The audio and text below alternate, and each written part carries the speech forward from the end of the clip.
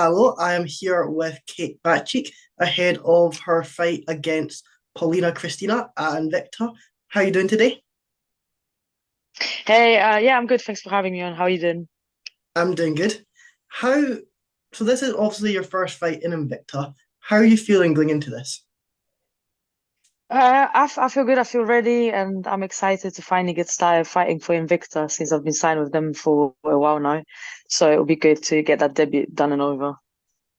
And was there anything that has delayed your debut already? I don't think so. I think it was just them not really having enough shows on and circumstances, but I'm glad we managed to make this happen for this card. And how did this fight come about? Did you have a few names that they gave you, or was it just here, here's Christina, how I just got offered her, and obviously we said yes. Boom, done. great stuff. And obviously you're on the four fight win streak already. Now, your Yeah. first defeat it was to someone who's now signed to the UFC. I think it was I can't pronounce the surname, but it's like Ernesta Ernesta. Caraca. Yeah. How do you feel knowing that she has made that move to the next level already? Sorry, How what's the does it feel question? knowing that you have she has been signed to the UFC? I mean, yeah, I'm glad she did because she's a great fighter. And I remember after that fight, my coach told me in the changing room basically that she's very good level, and that was a great fight for a debut, and it could have gone either way, and that he believes she's gonna get signed to UFC very soon. And see, that's exactly what happened. So I'm happy for her, and I know that I'm on the same path sooner or later. And do you feel like that defeat has helped improve your game a lot? I don't think of it as defeat. Like I think of all of this way beyond like wins and losses. And it was a split decision loss, which a lot of people consider should have gone my way. And you can't really like think of split decisions as, Yeah. either great wins or like major defeats. It was a great fight. I learned a lot from it, and I've changed a lot of things since then, including changing teams, changing coaches, changing everything, and I'm a completely different fighter now. So this has been a great part that I had to make at the time, and to allow me to make those decisions to be here right now and doing what I'm doing. So And in your last fight, it was for a title. I think it's like the PW title. It was against Larissa. PAWFC, yeah. Yeah, it was against Larissa Carvalho. How how was that fight for you? Yeah, it was the toughest camp I had in my career, and a lot of things went wrong, including me getting a food poisoning the night before the fight. And there was a lot of pressure and all that. But I think considering all the circumstances, I did really well. I won 5 rounds against a good, tough opponent. And yeah, like I think that's probably my proudest achievement so far. And do you feel like there was more pressure on that fight, knowing that the title was on the line? I mean, there's obviously always a lot more pressure on title fights compared to normal fights. It's the main event title fight. Like, there was a lot of pressure, but I didn't really feel the pressure coming from the fact that it was a title fight or that it was the main event. It was more like the pressure I was putting on myself to perform, like regardless of all the setbacks and everything that was happening at the time. That was more that pressure rather than the pressure just coming inherently from like the title. And you're now training at Great Britain top team. I can see just a slight corner of the badge to the top Yep. right. How has that move happened? Like, how has that improved your game? I mean, before I came here, I never had female training partners. I kind of just trained between five, six different gyms. I had some lovely people helping me, some nice coaches, and that put the energy and time invested it into me, and I'm forever grateful for that. But I wasn't in the right place to be able to fight on big platforms like this. And now I have that. I've got the best coaches. I'm training in the best gym in Europe, in my opinion. I've got loads of great training partners, and that includes a lot of women. And yeah, like I think everything is in the right place. The people that are coaching me are people that have been there and done that, and like the highest level platforms, and they've got 30, 40 fights on the record. So their experience is guiding me to become a better fighter every week. Exactly. And you have performed under the Cage Warriors banner. I know that Great Britain top team does have a lot of athletes who do compete in Cage Warriors. Do you feel like we could ever see you back in there, or have you got Yeah, mostly? man, I love Cage Warriors. I love Cage Warriors, especially when it's in London. This is my ends, and like if anyone wants to fight me here, anytime Cage Warriors offer me something, I always say yes. But usually it's the other side that eventually says no. So, like I've basically signed with Invicta, but it's an open Yeah. contract. So in the end of the day, like I always will have those at least few weeks gaps in between the fights, and that's more than enough that I need to fight. So if caterers come through and they'll say, listen, we've got a fight for you, or a fight falls through and they need a last minute replacement, I'm here. I'm happy to fight for them. I love caterers. Let's do it. And I know that the Cage Warriors they do have an event coming up in London, and I think it's like November time. So I know you'll be buzzing to get Hey, onto that. last November I was there, so we might make that work again. Who knows?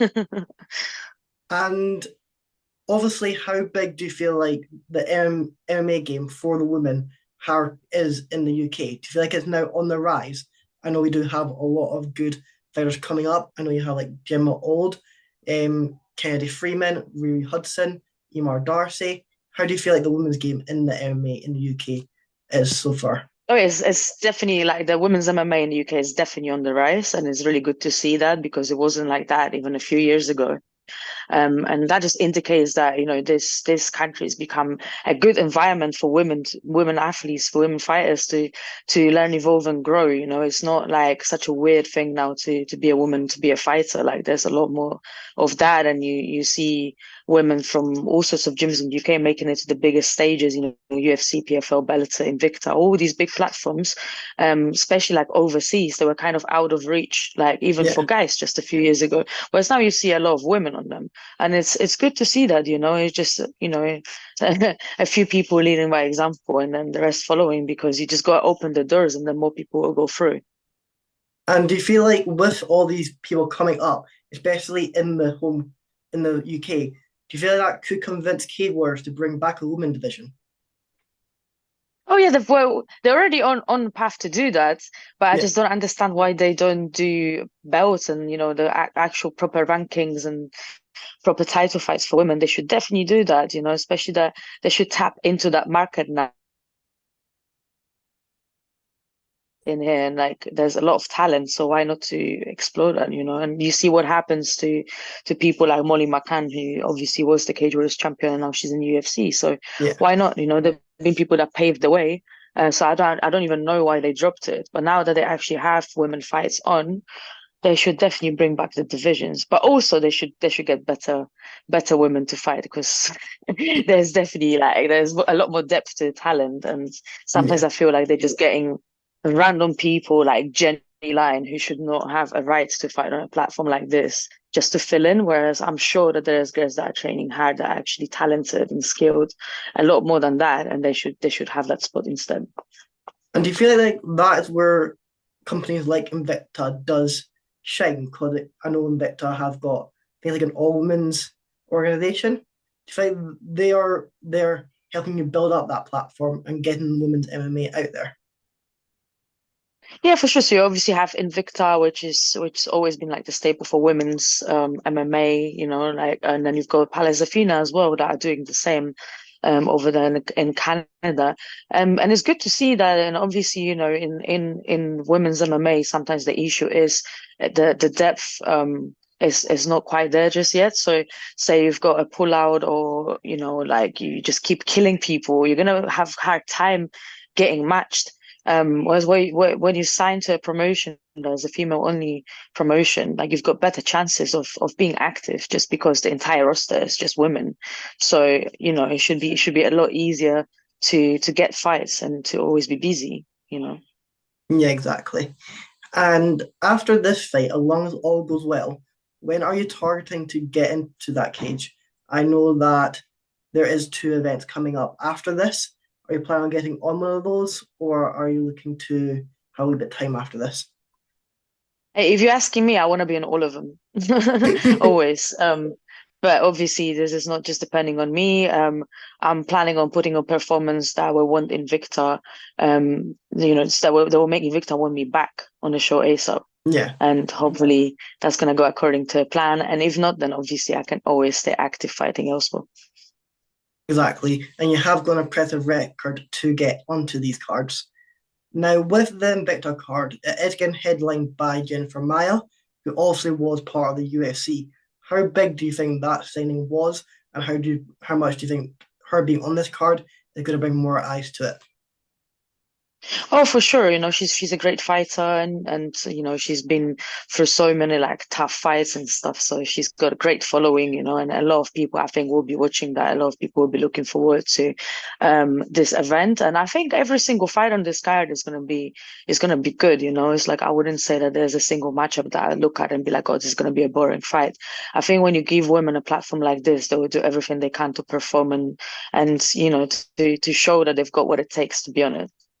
Exactly, and there is also quite a few women who are on this card who are getting their debut, who do look very strong as well.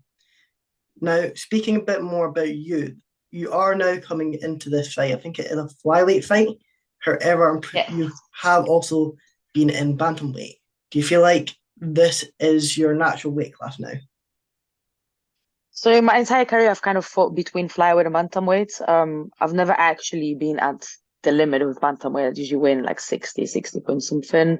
I feel a lot better at flyweight, I think, but I'm not picky.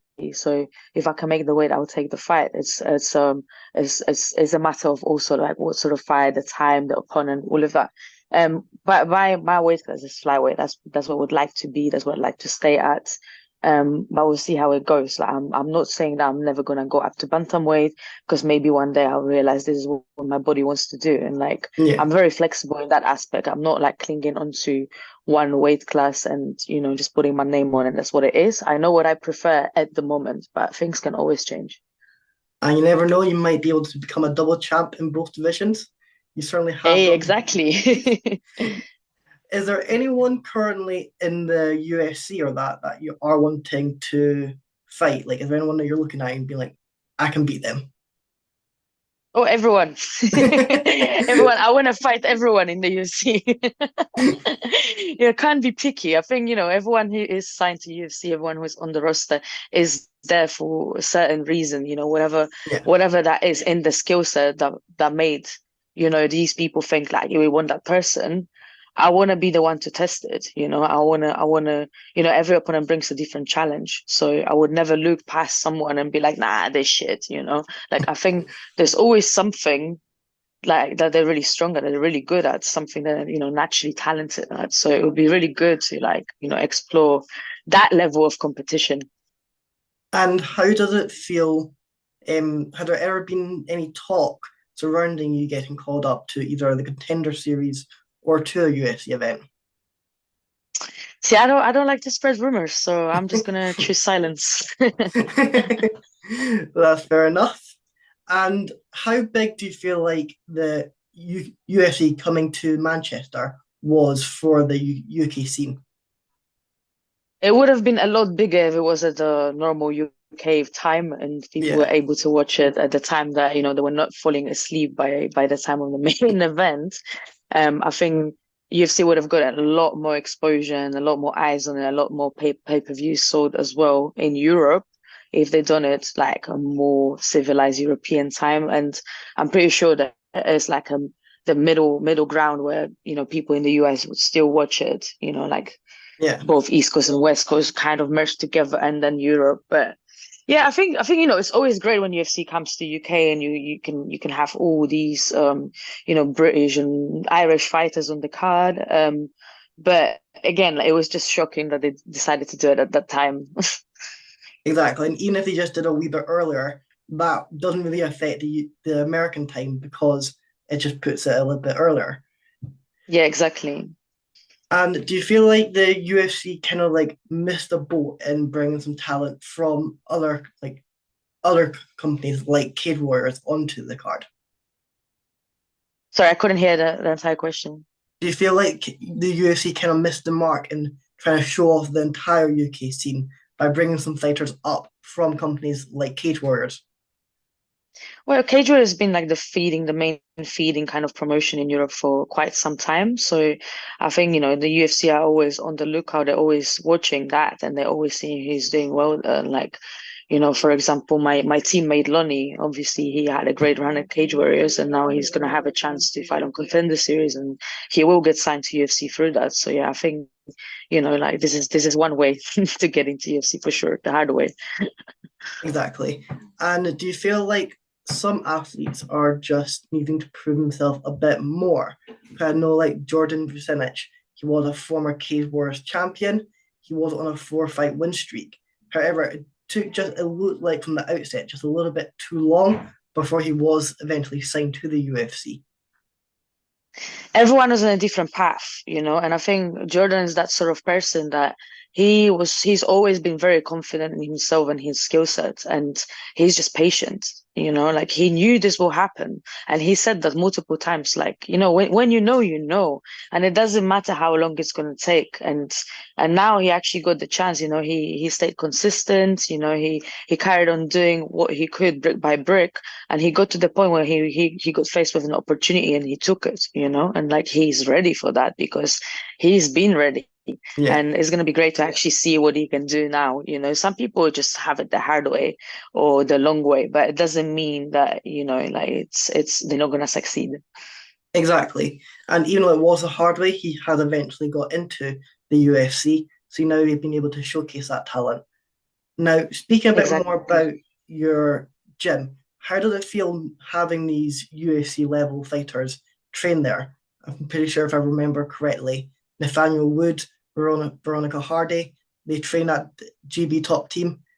Does that help you in getting Oh, your 100%. yeah, We've got loads of people of that caliber, obviously Nathaniel Veronica, as you mentioned, but we've got loads of PFL, Bellator fighters, people that fight on big platforms, big shows, and everyone, we've got like 40, 50 like good fighters in the gym, and everyone's got kind of different things they're good at, different experiences, different knowledge they can share, with us, with other people, other fighters. So we kind of just like help each other grow, everyone is willing to teach each other something they're good at, and that's how the team is getting stronger and stronger. So it's amazing to be surrounded by people that are like-minded and have similar goals and similar drive.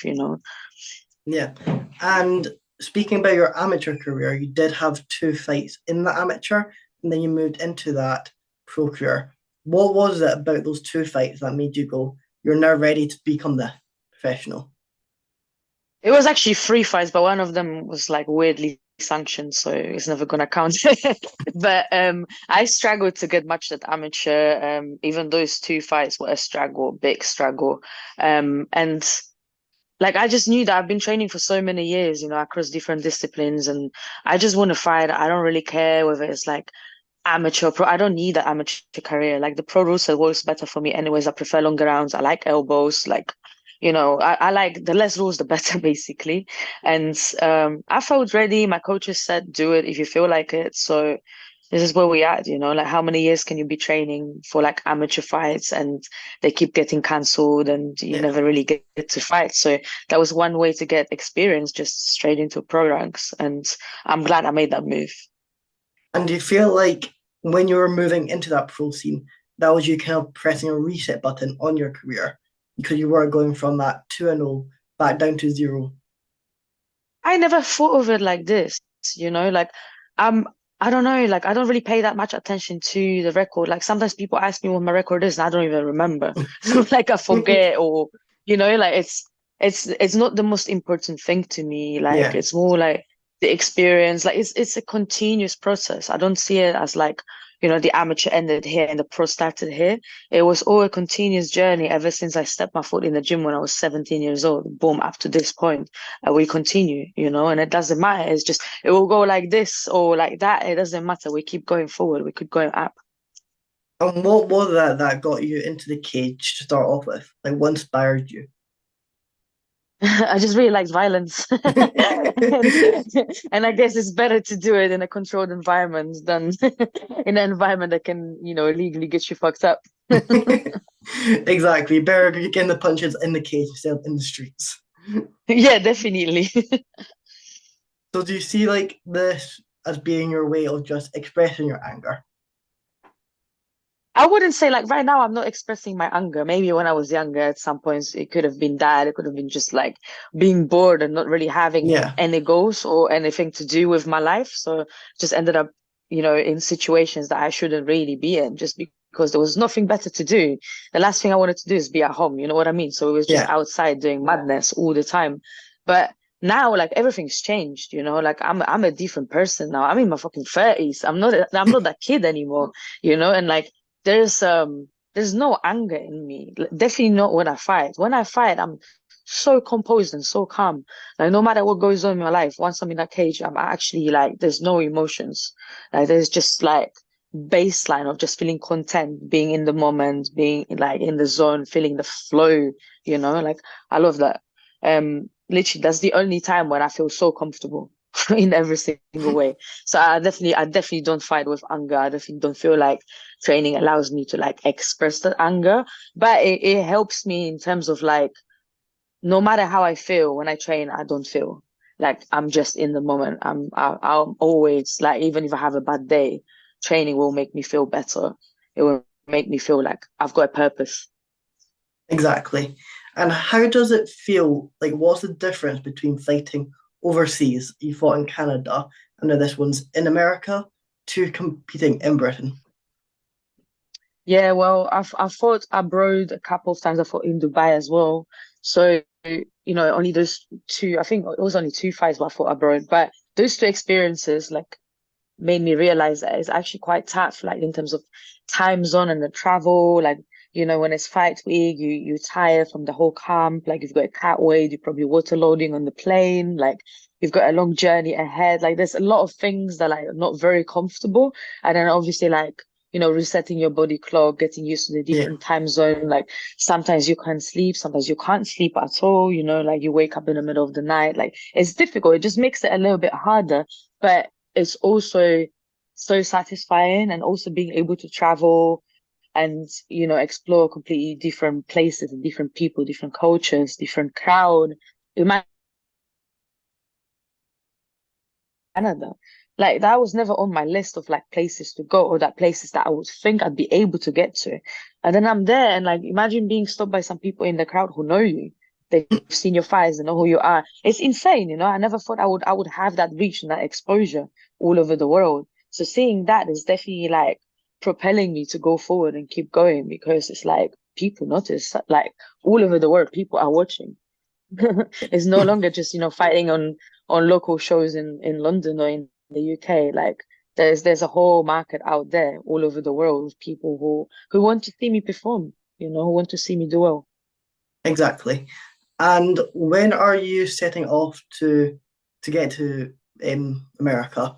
I know there is that altitude that you're going to have to work in. Yeah. So I'm flying on Friday. I decided to go a few days earlier than what Invicta was trying to plan for me, just because of the altitude. I don't really want to risk it getting there like 3 days before the fight and then feeling like, Yeah, the sleep, the altitude, everything getting to me. So for that safety buffer, I chose to go a few days earlier and like hopefully acclimatize a little bit better. I've already been to Denver. I've cornered someone on Invicta event. I've cornered Olga on one of the Invicta events there. So like I'm gonna be familiar with the setting, with the hotel, the venue, everything, the altitude too. So I kind of know how I should expect myself to feel. yeah, exactly.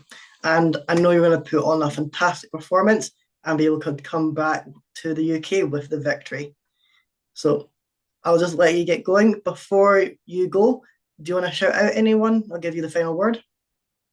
Yeah, I definitely love to shout out all of my coaches and training partners at GB, and all of the sponsors, like especially the people that got involved recently, and my management. And if I start listing everyone, I'm gonna forget half of the people. So I'm just gonna thank everyone, and obviously everyone who's been supporting me from the very beginning of my career, this journey. I appreciate you guys. If you are in Denver, Colorado, make sure you do get some tickets for the event. It will be a fantastic performance. If not, make sure to watch it online. Thank you for coming on. I hope you have a great fight. Thank you for having me.